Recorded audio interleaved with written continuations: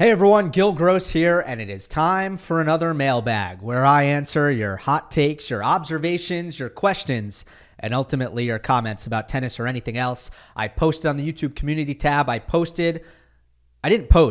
posted in the Discord server. Link is in the description, 24/7 tennis community. And got a bunch of good questions for this week. Of course, we are mid-Olympics. Hope everyone is enjoying the Olympics. We are powered by BetUS, by the way. More on that later. I could do an Olympics segment to start the mailbag. I'm not going to do that.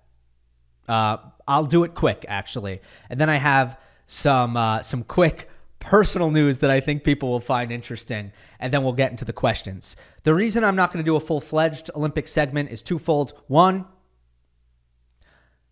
most of the people or half of the people watching and listening to this will already know or have watched the semifinals.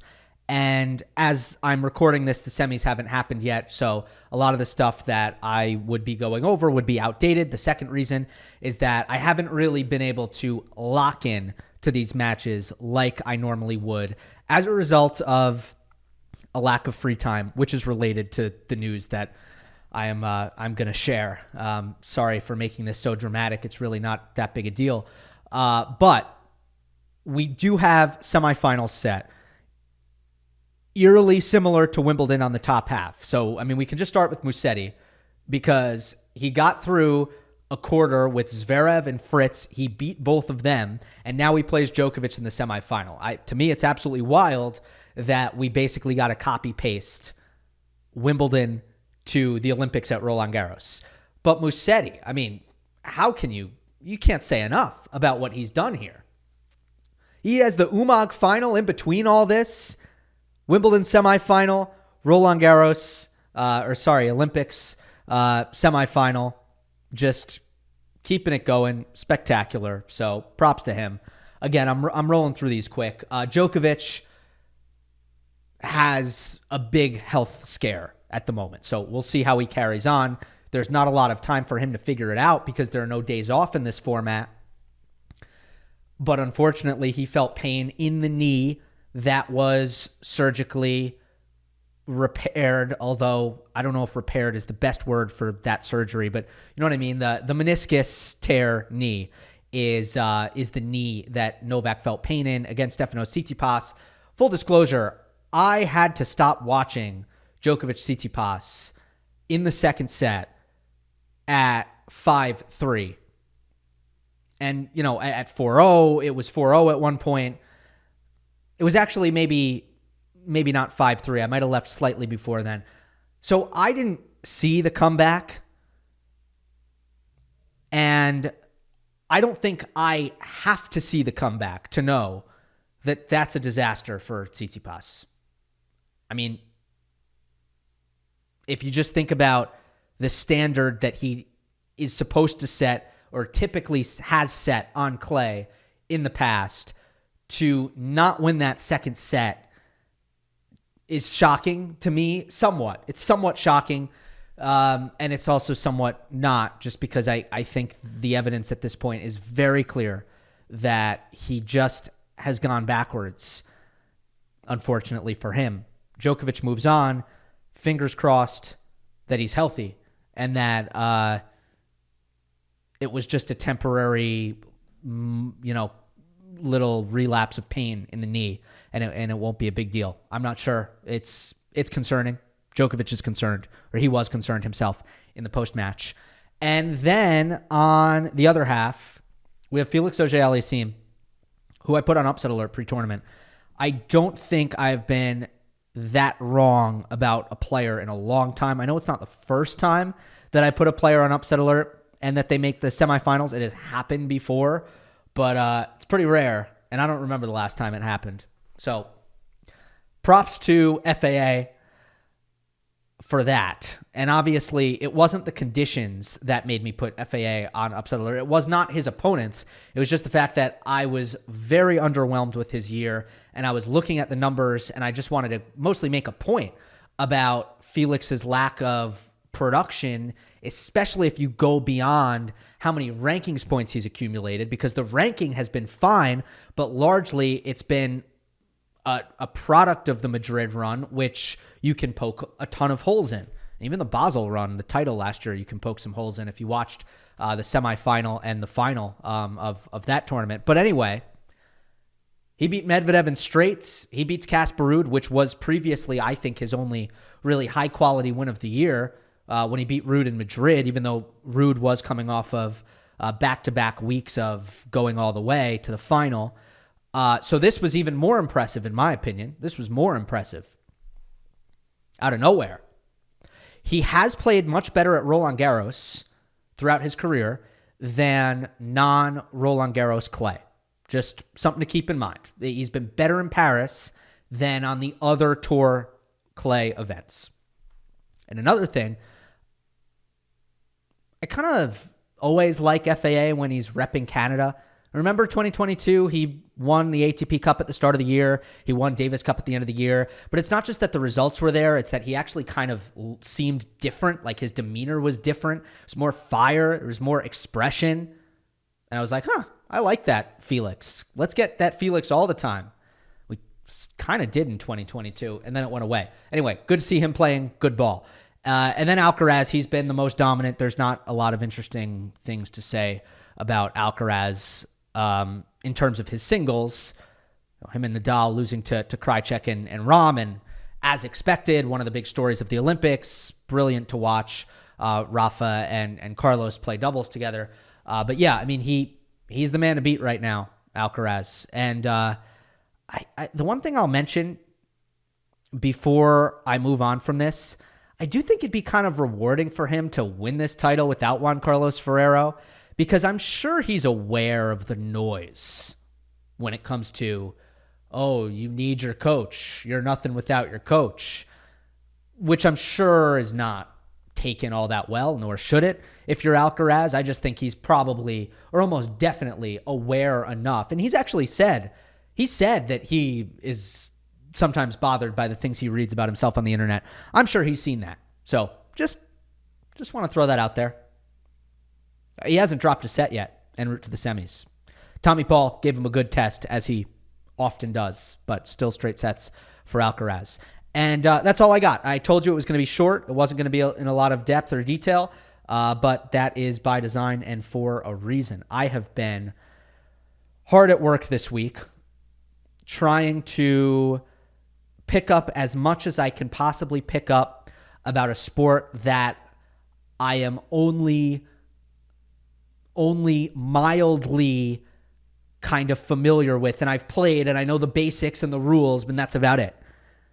But I've been asked to do play-by-play on that sport. I don't know, has anyone guessed it by now? It's pickleball. It's pickleball. So I am going to Major League Pickleball Kansas City this weekend to do play-by-play. It's going to be on FS1. It's going to be on Tennis Channel. It's going to be on Pickleball TV. And I just want to kind of address it just for fun. I don't feel the need to obviously defend it. I know there's a tension between tennis and pickleball. Some of you may be surprised to hear this. Let me just put it this way. I see myself as having a two-sided career, two-sided work life, which thankfully, because I'm so lucky, never really feels like work. But yeah, there's two sides to it. There's this side, which all of you who are watching and listening are very well aware of.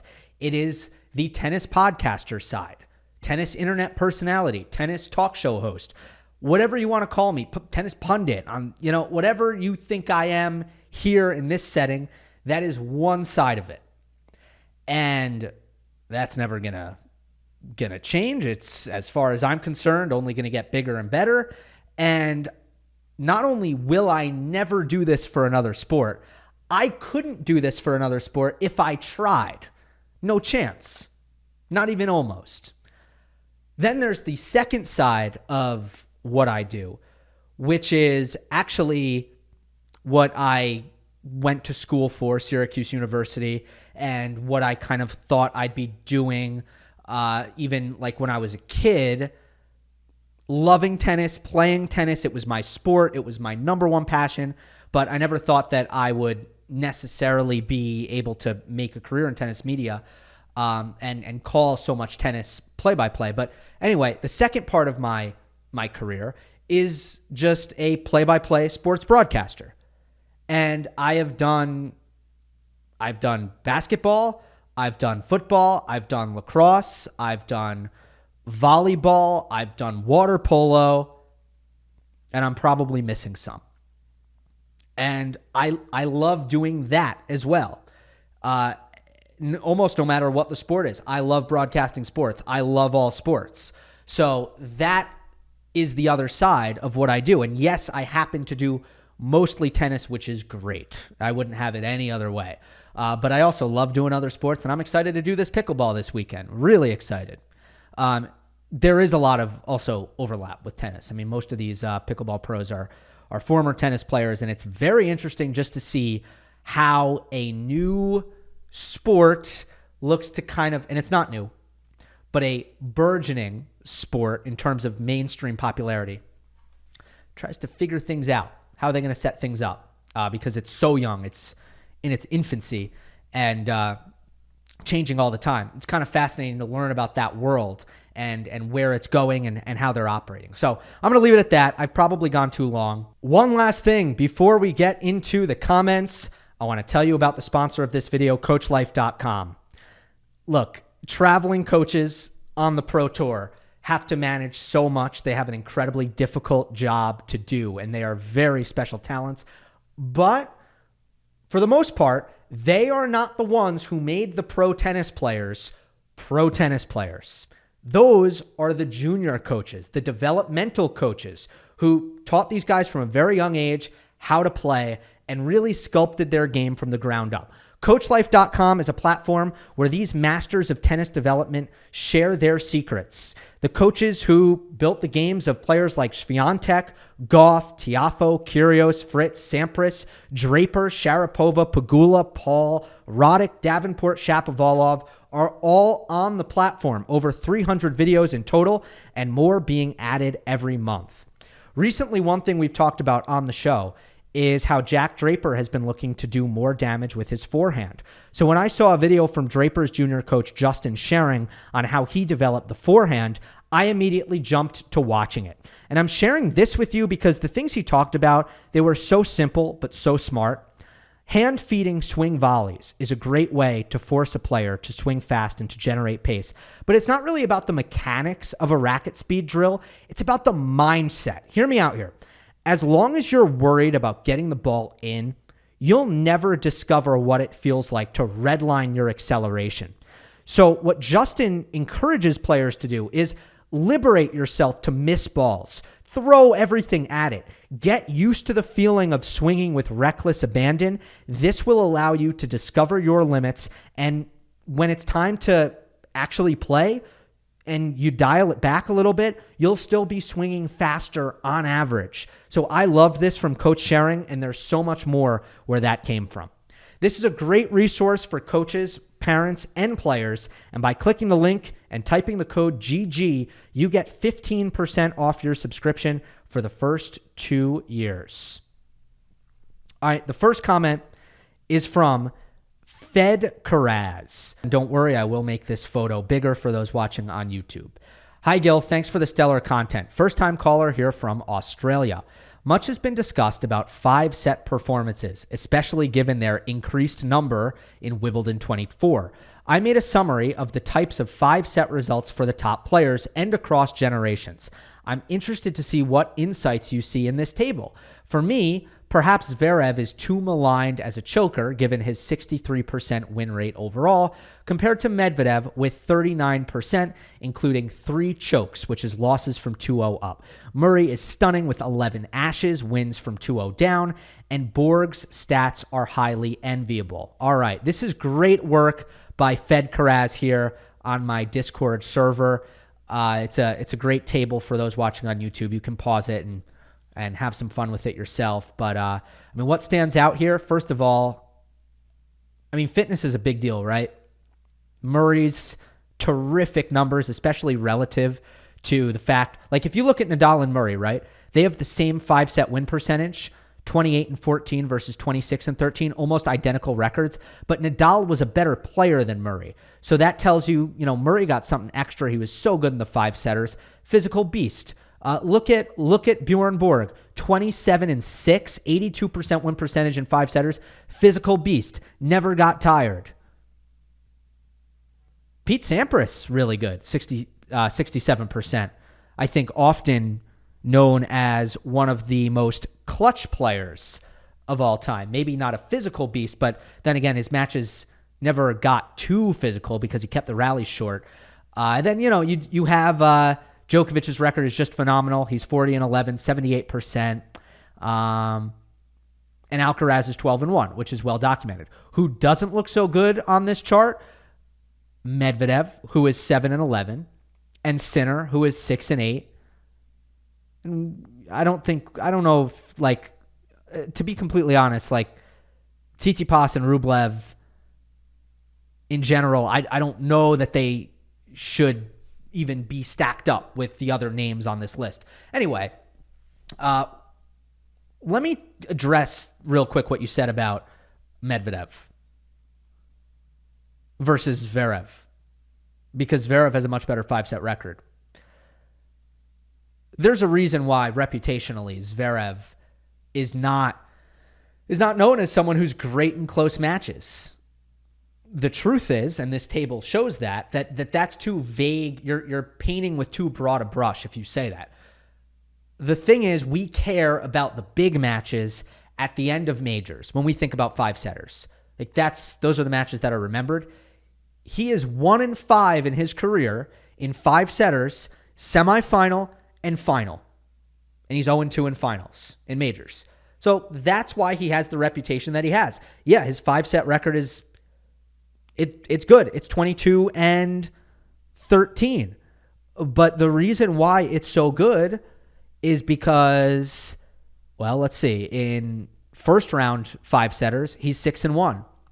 But does anyone really remember when he beat Juan Pablo Varillas in the first round at the Australian Open last year in 5? I vaguely remember that one. Second round 5-setters, he's 8 and 0. Had one this year against Lucas Klein at the Australian Open. So, it's a little misleading. So, something to keep in mind. Great chart. Great job. I'm going to flash it up on the screen one more time for those of you who want to pause and take a look. But oops, I didn't even mean to put myself back. Let's go to the next question.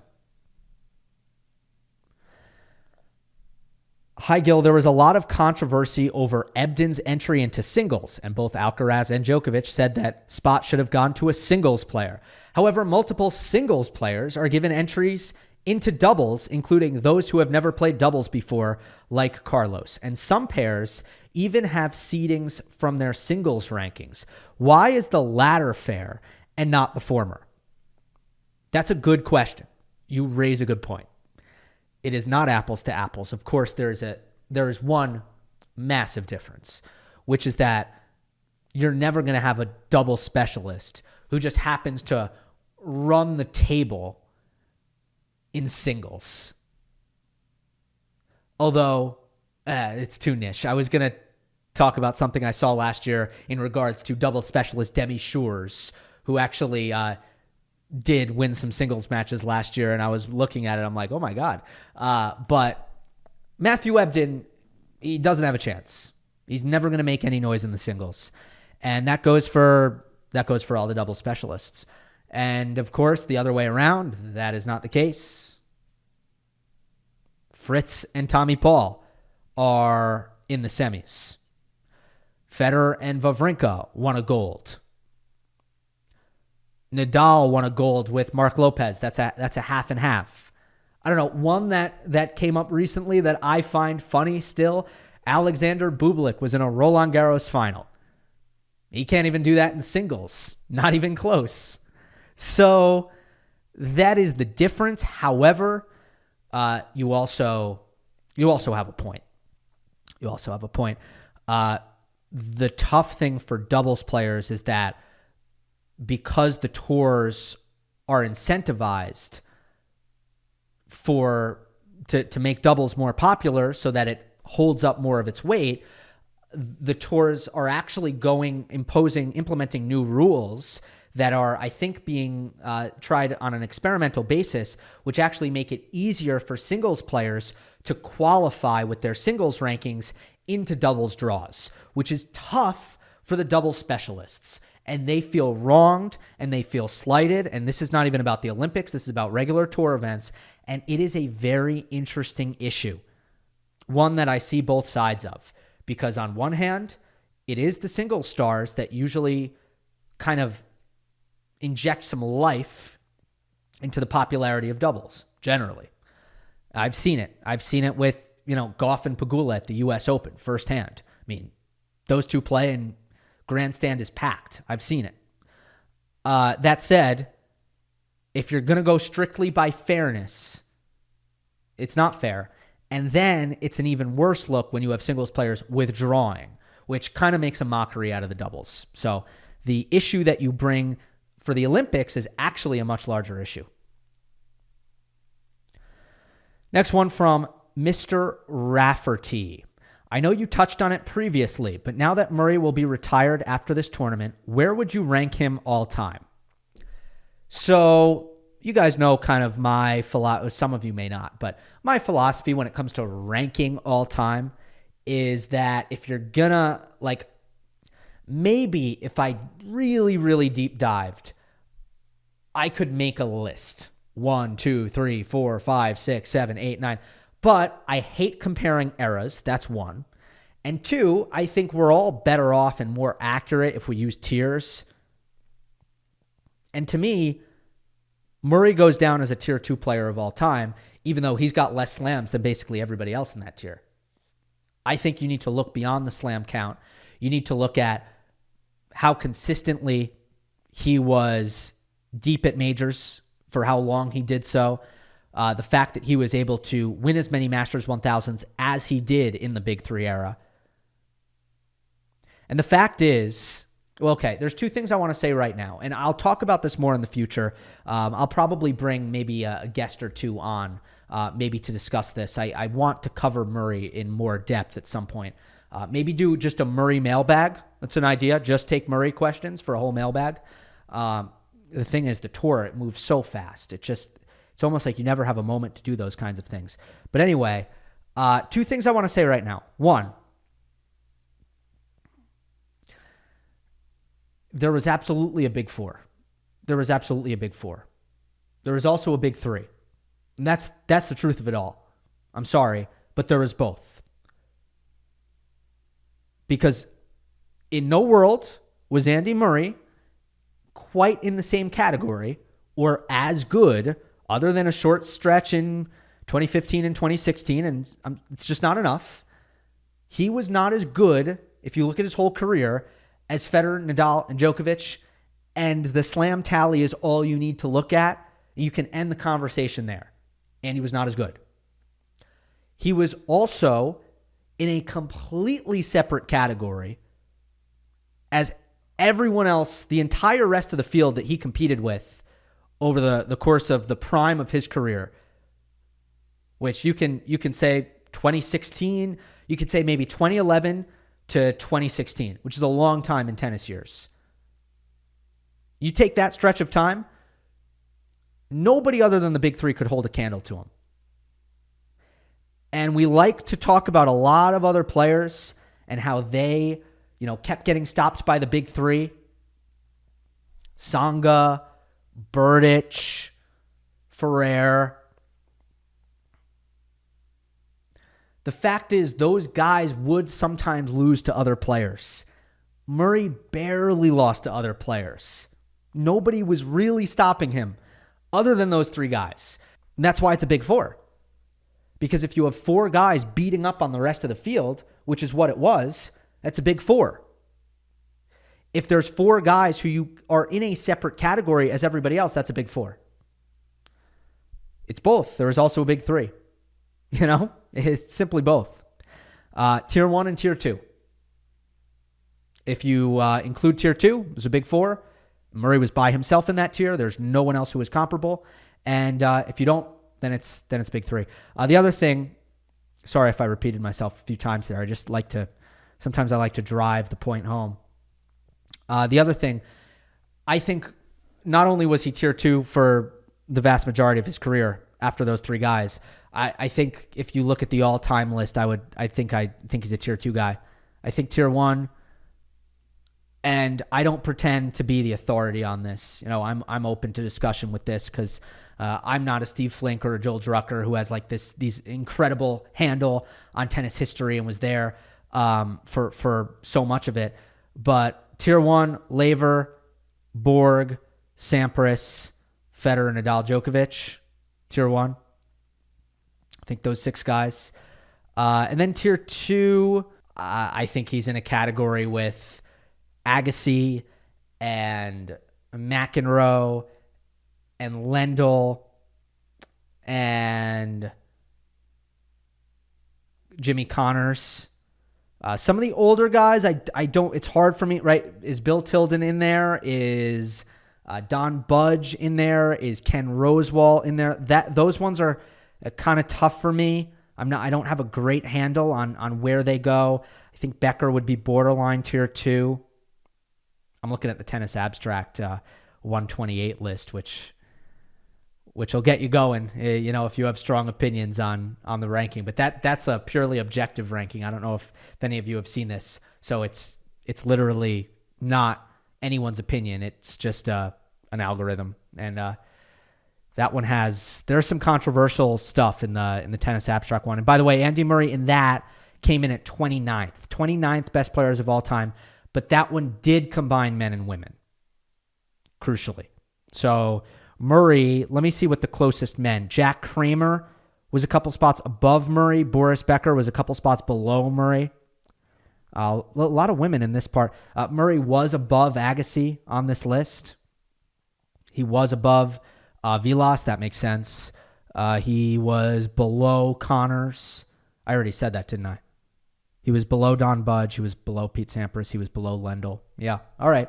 Let's move on. I guess that was a very strange Murray tribute. I want to talk about his game. I want to talk about other stuff with Andy, but it's not the time at the moment. It's not the time. But it was beautiful to see him play with Dan at these Olympics. And last thing, I don't regret these last couple of years. I don't regret it for him. I don't regret it for his fans. I don't regret it as a journalist. I think it was appropriate. Andy Murray is the player who he is, or was the player who he was, because he was an absolute dog. And he would never quit. He wouldn't quit on a training session. He wouldn't quit on a match. He wouldn't quit on a point. He wouldn't quit on a ball that was on the other side of the court that nobody would even run for. He wouldn't quit. So the fact that it took him a while to quit and his body basically had to legitimately malfunction on him before he actually decided to leave the sport, appropriate, on brand, fitting, insert word. Taking a quick break in the mailbag to talk about exciting news for the show. Monday Match Analysis is now powered and presented by BetUS Sportsbook and Casino. Really thankful for this new partnership. It's going to go a long way to support the channel for a long time. Might look like I do this by myself on my own. I do not. I do have people who help me out, and this also goes a long way in helping me help them. So I do hope that from now on, if you are someone who enjoys wagering on tennis and other sports, that you do so with BetUS Sportsbook and Casino. BetUS offers 24/7 customer service, 24/7 payouts, and currently they are offering a 125% deposit match on your first 3 deposits up to $2,000. Please gamble responsibly and don't harass the players. All right, next one from Tendo ASMR. What does that mean? I know what ASMR is, but I don't know. There's some shady stuff going on in that username. Hi, Gill. In the draw, you mentioned there would be a program to prevent online abuse for ATP players. Do you know any more about this? When/if it will be available for WTA? Yeah. So if you want more details on this, subscribe to The Draw. Link is in the description. thedraw.tennis. It is my weekly newsletter. It is in your inboxes every Tuesday morning. It curates the best tennis content on the internet every week and stuff that we find interesting, and especially we take a lot of pride in finding stuff that's under the radar. This was under the radar. The ATP launched a program, an opt-in, opt-out program, where you can install AI, I believe, on your phone and on your social media that will shield you and filter you from abusive DMs and abusive comments, which is insane because I've always felt like, oh man, like it really sucks what these players have to deal with on the internet. I mean, people are just brutal, horrible. So that part sucks, right? At the same time, I was like, what is anybody going to do about it? Nothing. That was my opinion. And I thought there was no solution to this problem and that people were just going to have to manage it. I was very pessimistic. I thought this is the world we live in, unfortunately. And everybody's mental health is probably going to be worse off for it, but it is what it is. Turns out, AI, it's pretty neat. It was an ATP program, or it is an ATP program. I don't know if the WTA is going to try to get it. I don't know what the financials involved are. I feel like the ATP has been well ahead of the WTA in almost every form of innovation in the last 10 or so years. And, stuff like this is a perfect example. It just never seems like the WTA is first onto these kinds of things. And it probably makes, if I'm a female player, I'm jealous. I am. I don't know. I don't think there's much more to say than that. But yeah, this was really cool. I was glad to see this. Our next one from Scuba Steve from Discord. Not sure where to put this, okay? But I think you're wrong about the Big Three's records inevitably being broken, or at least you're right, but for not quite the right reasons. I'm not sure we can take for granted that athletes will continue to improve. For example, some quick Googling shows me a WAPO article from yesterday suggesting Olympic athletes may be reaching the limits of human performance. I need to look into the research on this, but I think we can at least say it's not 100% certain we can expect much more improvement. Moreover, I'm not sure that's actually a good answer anyway because of the level of athleticism, coaching, nutrition, training, and racket tech is raised across the board. The field can be flattened and become more competitive. It can lead to parity. What's needed, rather, is a small number of players clearly differentiating themselves from above the field, and that's something that can happen anytime, no matter what the overall level of quality. Let me stop you right here. I apologize. I don't normally do this, but I think I can answer the question without finishing, and it's a long one. You're misrepresenting or you misunderstood my argument. The argument that you're saying my argument is that athletes are improving and improving and improving, and therefore the Big Three will be surpassed. It was never my argument, because you're right.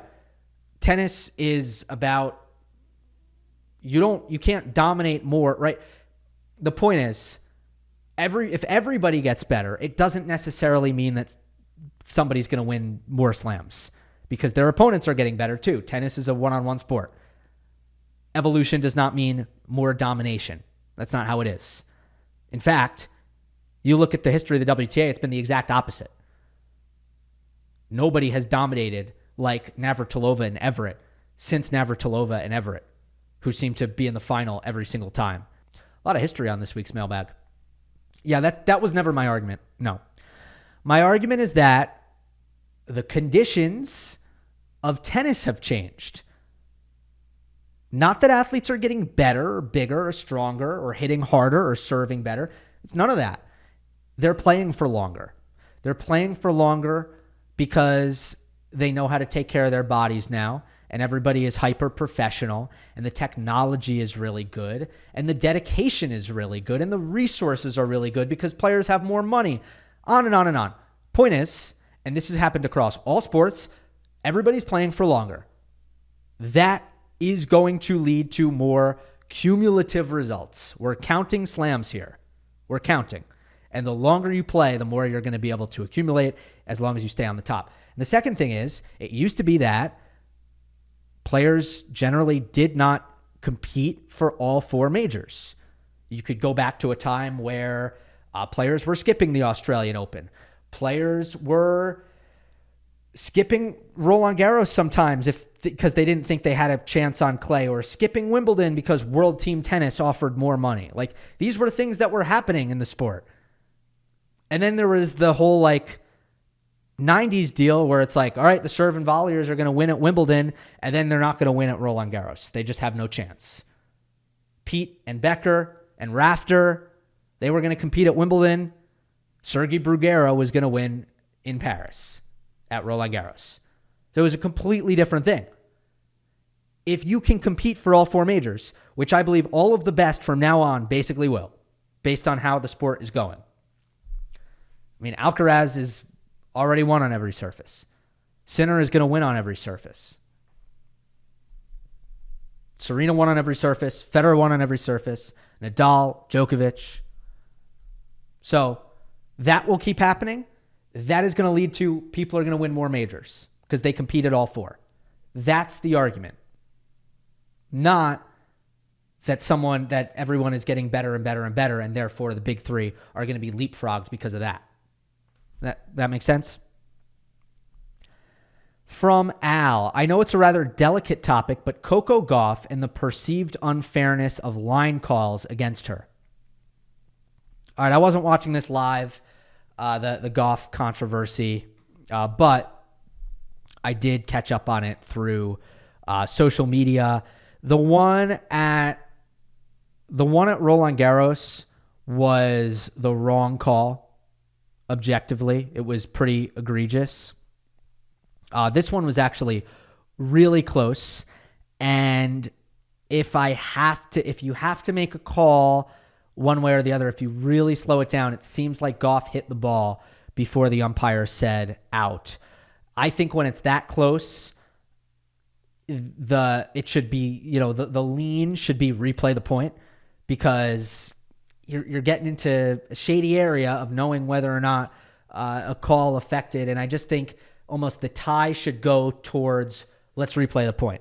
Better safe than sorry. And in this case, it was basically a tie, and instead Gauff was penalized for hitting the ball out. So here's the point I want to make, though, mainly. Umpires get this call wrong all the time. For everybody. This call is a mess. So here's what I'm talking about, for those who don't know. We're talking about when the ball hits the court and it is called out, and the next shot that's hit is also out. Okay? But then the first shot was actually overruled to in. That's what I'm talking about here. And when that happens, because the original out call was overruled, you either replay the point, or if you determine that, like this happens a lot of the time on a serve, if you determine that the out call came after the other player already struck the ball and hit the net or missed in some way, well, then the player actually deserves the point. It shouldn't be replayed because the ball was in and then they missed. So that's a point. For it is clear as day to me from watching tennis all these years.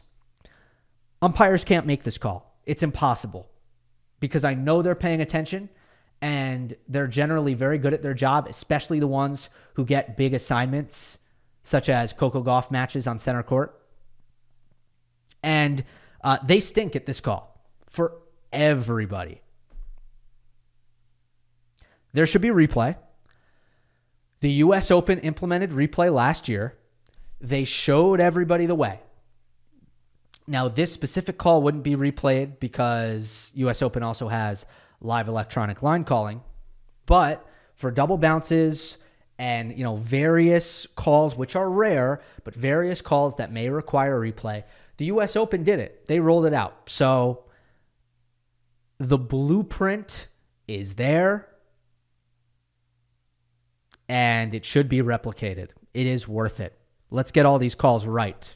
So there should be replay. No doubt about it. Do I think that Coco is victimized? I haven't seen anything. Again, umpires stink at this call. Always have stunk at it. Always will stink at it. It is impossible to expect them to be able to replay in their head when the audio came from the lines judge versus when the ball was hit after the fact. Sometimes after checking the mark, it's crazy town to expect umpires to be able to do that. They can't. Next one from Toodle Shorts. Hey, Gill, I have been feeling that tennis commentary has become very boring. Commentators are making the sport have more of a golf type vibe. I feel like commentators are trying to make tennis as non-dramatic as possible. Back in the Big Three era, the commentating was so good. The commentary was entertaining and made me want to stay and watch the whole match. But now, Alcaraz and Sinner have a crazy point, and the commentators are saying that they thought it was a double bounce, which nobody wants to hear. Is it just me, or do you notice this as well? It was kind of I don't understand the example that you gave. It seems very strange. I'm sure you're talking about a specific incident. On one hand, I almost want to push back against you because most of the Big Three commentators are still around today. Like it's a lot of the same people. But I'm not going to push back against what you said at all. There's not much I can say about it other than this. I do think that if I were to levy a criticism on the way tennis commentary is done across the industry, it would be a lack of energy and a lack of enthusiasm. That would be it. I think, sometimes people sound like they're falling asleep. I don't think that's good. I don't think it ever sounds good. And it's a generalization because different announcers obviously have different strengths and weaknesses. But if I were to critique or levy one critique all across the board, it would be there is just not enough energy and enthusiasm, especially when something big happens. And that moment needs to be punctuated and met with the same energy. It should be met with the same energy in the damn crowd. If the crowd is going nuts and the commentator isn't, I don't really like that. It's part of what made me feel kind of self-conscious when I was doing the Challenger this year in Phoenix, because I did have to kind of be quieter, and I have to figure out a way to kind of strike that balance, obviously, and I got better at it as the week went on. But yeah, I'm a big energy guy. I try not to be guilty of being low energy ever, because I think it is a turnoff to me. So. All right. Next one is from Don Gallagher. Hi, Gil. Thanks for the excellent content as always. By the way, Don is a member. Thank you for that. On YouTube, you can hit the join button if you want to become a member. I'm curious if you have plans to interview both past and present tennis players. In a previous video, I suggested that you might create more content analyzing tennis rallies and points with real and available footage. Even if it's not from major tournaments or top players, this would be incredibly helpful. I'm starting to do that with a new segment called The Point, which if you haven't checked out, I did, and I'm going to try to do more. It's just been really busy recently. I did a breakdown on post-prime Dominic Thiem, and I did a breakdown on Draper beating Alcaraz in Queens. Again, I'm going to try to do those as much as I can. All right, comment goes on. Additionally, it would be fantastic to see you have in-depth discussions with established former and current professional tennis players. For example, a conversation between you and Andy Roddick, who is doing great with his new podcast, or Nick Kyrgios, who likely wouldn't hold back on sharing trade secrets. On the other hand, someone like Novak Djokovic might be more guarded, but would still make for a fascinating interview. Can we look forward to this kind of content, or is it too challenging to arrange? I'd love to hear about the behind-the-scenes process involved in making this happen. Sure. You're essentially asking, why don't you have more guests on the show? Why don't you do more interviews on the podcast? And Believe me, it's something that I've put a lot of thought into, especially because I'm one of the few guys out there who does a podcast like this. I mean, most of you probably know this, but generally a podcast is not a solo act. Okay, the reason why I don't have more interviews and guests, couple things. One, scheduling wise, and in terms of my ability to actually execute this show and this YouTube channel, especially, come out with stuff on a timely manner, which I try to do as best I can, work around my ever-changing schedule. It's always changing. My ability to do that partially is thanks to a certain freedom that I have as a result of being able to do this by myself. Today was a perfect example. Right now it is 10 p.m. local time where I'm recording on the West Coast. I thought I'd be doing my mailbag much earlier, and stuff got in the way and things didn't really work out that way. That's okay. As soon as you bring guests into the fold, you become much more scheduled. That's one. Two, there are many podcasts that I'm subscribed to and basically, if I don't like the guest, I'm not interested in watching or listening to that podcast. So I will see who the guest is, and then I'll decide if I want to listen/watch or not. And obviously, that has a big disadvantage. That means that I'm not watching or listening every week. And it puts a lot of pressure on those podcast hosts to book good enough guests that people decide to tune in. And if they don't, they do low numbers. So what I've been able to achieve is consistency. You know exactly what you're getting when I do a mailbag. Now, I actually have started doing some guest mailbags. I had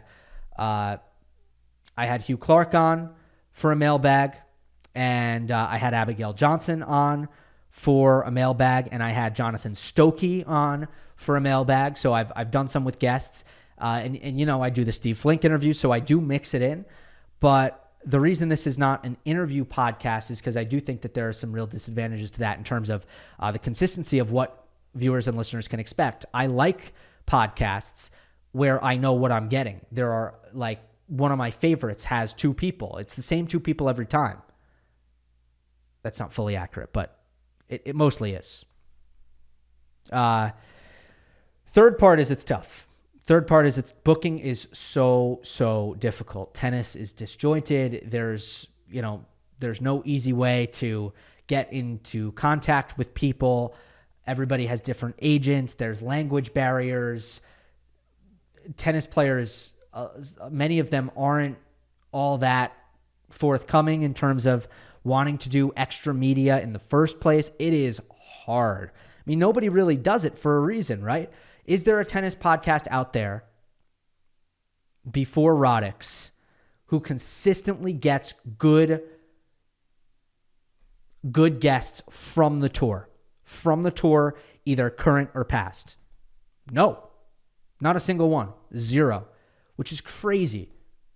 But there's a reason for that. From Ron Robbie, interested hearing your thoughts on something Roddick. When will you two finally partner? I'll address that in a sec. Something Roddick briefly mentioned a few weeks ago. At his current form and physical status, could Rafa actually have a better chance to make a good run on quicker surfaces where his serve is getting a little help and ground strokes are still dangerous and matches are normally shorter?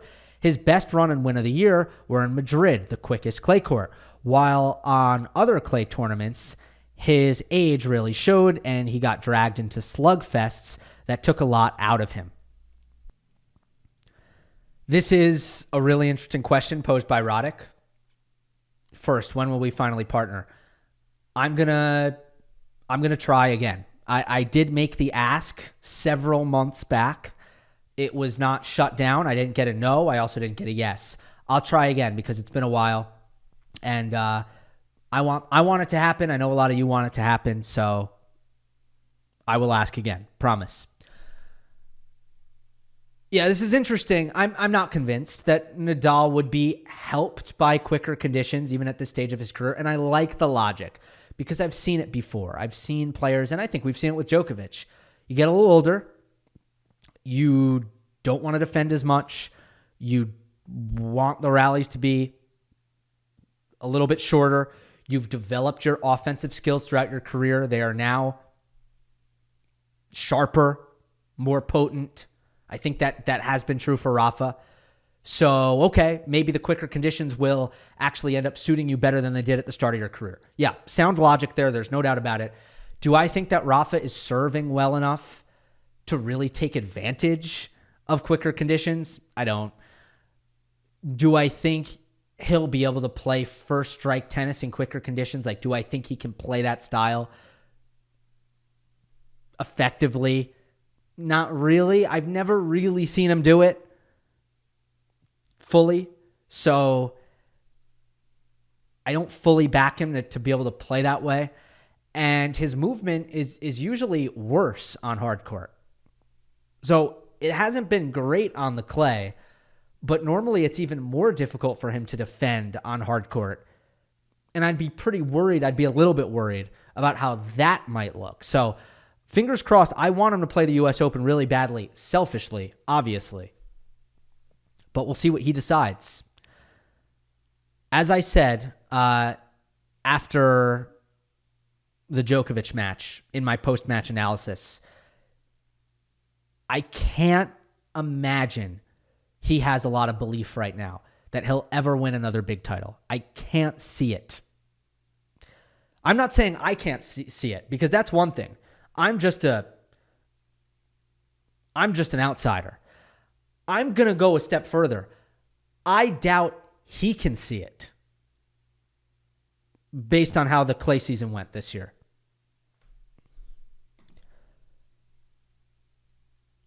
All right, this is another kind of a Rafa-ish question from Rabura. Hi, Gill. Interested to hear your thoughts about players' response of being asked about retirement. Is it very difficult for players to decide when they should retire? Rafa was asked if he had any thoughts in his mind about whether he had just walked off court Philippe Chatrier for the final time. Nadal quipped, "Every day, huh? Every day you want to retire me. Every day, guys. You ask me for that every single day. I've been suffering a lot of injuries the last 2 years, so if I feel that I am not competitive enough to keep going or physically I'm not ready to keep going, I will stop and I will let you know. But I mean, I don't think every day about if I am retiring or not." Sorry for the long quote, but I think it is a valuable statement to know how the players respond to the retirement. I believe Murray was asked similar questions for tons of times in these years. Also, Lubicic, who spent about 2 years to settle his retirement. Sorry for my poor English. Thank you very much. Appreciate the content. And then I also attached the comment under this one, which was, what's with the media hounding the big four on their retirement? Wouldn't we all want to see them play more? Yeah, retirement questions are almost always silly. Almost always. There's a way to ask them in a way that you can get something interesting out of it, maybe. Say you asked Rafa, would you be okay if you were healthy, but you weren't able to be a top 10 level player? Would it be worth it to you playing? Right? I think that's an interesting question. But there are two problems. One, it's the constant, so after this result, have you given retirement any more thought? That empty question. I mean, what is that going to lead to? Is Rafa ever in a million years going to be like, now that you asked, yes, I'm retiring? No, it's never. He would never say in that setting, even if he had decided to retire, he would never do it in that setting, in that manner. So why ask a question like that? Are you trying to be a hero, right? Is it a journalist trying to be the one who asked the question? Is it a clout thing? Maybe. The other problem is it almost feels like players on the circuit. Look, there's a lot of media who parachute in, especially for something like the Olympics. That is something that you need to understand. So, for example, Danielle Collins, who remains the only player who I've ever seen suddenly announce retirement in a press conference. But Danielle Collins throughout the year has been asked about retirement over and over and over again, and she has answered so thoroughly, more thoroughly than you can answer. She has done profiles with major networks in the United States. If you Google Danielle Collins retirement, you are going to get a treasure trove of explanations and storytelling from Danielle herself about why she made the decision, why she will not change the decision, blah, blah, blah, blah, blah. But I think there's a lack of background research that sometimes occurs. Let's say Danielle Collins is playing Charleston, and I'm not picking on Charleston. I'm not using a real example. This is completely made up. If you're a local newspaper writer in Charleston, you've been covering high school football all year, right? Or it's the summer. You've been covering the local Little League baseball. And it's not fully a joke. I'm kind of serious. In a market like that, you're covering other stuff. The point is you're not covering tennis. But for this week, you are. And maybe you're just not well-versed enough, but you've done enough research to know that she's retiring, and now you're kind of going to ask why again because you think it would make a good piece or a good contribution for your article in the newspaper that you're writing after the Danielle Collins match. So the reason I go through that is because sometimes it really is about a flaw in the system and not the journalists themselves. I'm not fully excusing it either. I'm just explaining why it happens.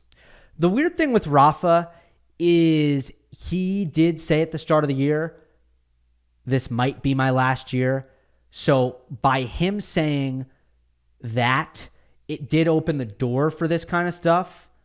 The fact that he has been like, yeah, it's up in the air. I don't know. That, of course, has prodded or almost encouraged people to be like, so what do you think? What do you think throughout the year? All right, last one. From Abhishek08. Hi, Gill. How do you feel about Sinner withdrawing from the Olympics because of tonsillitis? From my experience, it takes 3 to 4 days to recover from tonsillitis, but of course it varies person to person. Do you think that he should have at least made an attempt, considering how prestigious the Olympics are and how he's a national hero now with big expectations from his countrymen?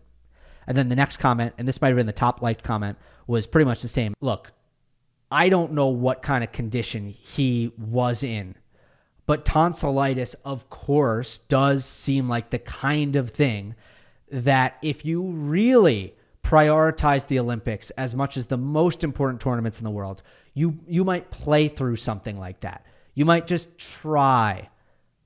Hope to win a couple matches, then maybe it gets better, then you're off and running. It's taxing. It's tough, but you would think that that's something that you could play through. The reality of the Olympics is that not every player prioritizes it to the highest degree. If Jannik Sinner is one of those guys, I can't criticize him any more than I can criticize Dominic Thiem, who chose not to play the Olympics throughout his career. Casper Ruud, who didn't play the Olympics in 2021. Grigor Dimitrov, who wasn't going to play the Olympics this year. He got hurt, so I don't think it would have ended up mattering, but he was going to skip it.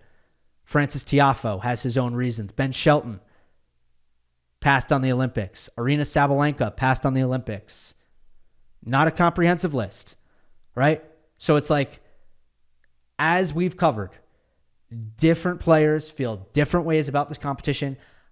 If it were me, I don't think I'd be an Olympic skipper. I would want the experience. I think the experience in itself is valuable, even if it sacrifices the short term. But the reality is, if you're Jannik Sinner, maybe he's so career focused. He cares so much about his results on tour that maybe he made a business decision.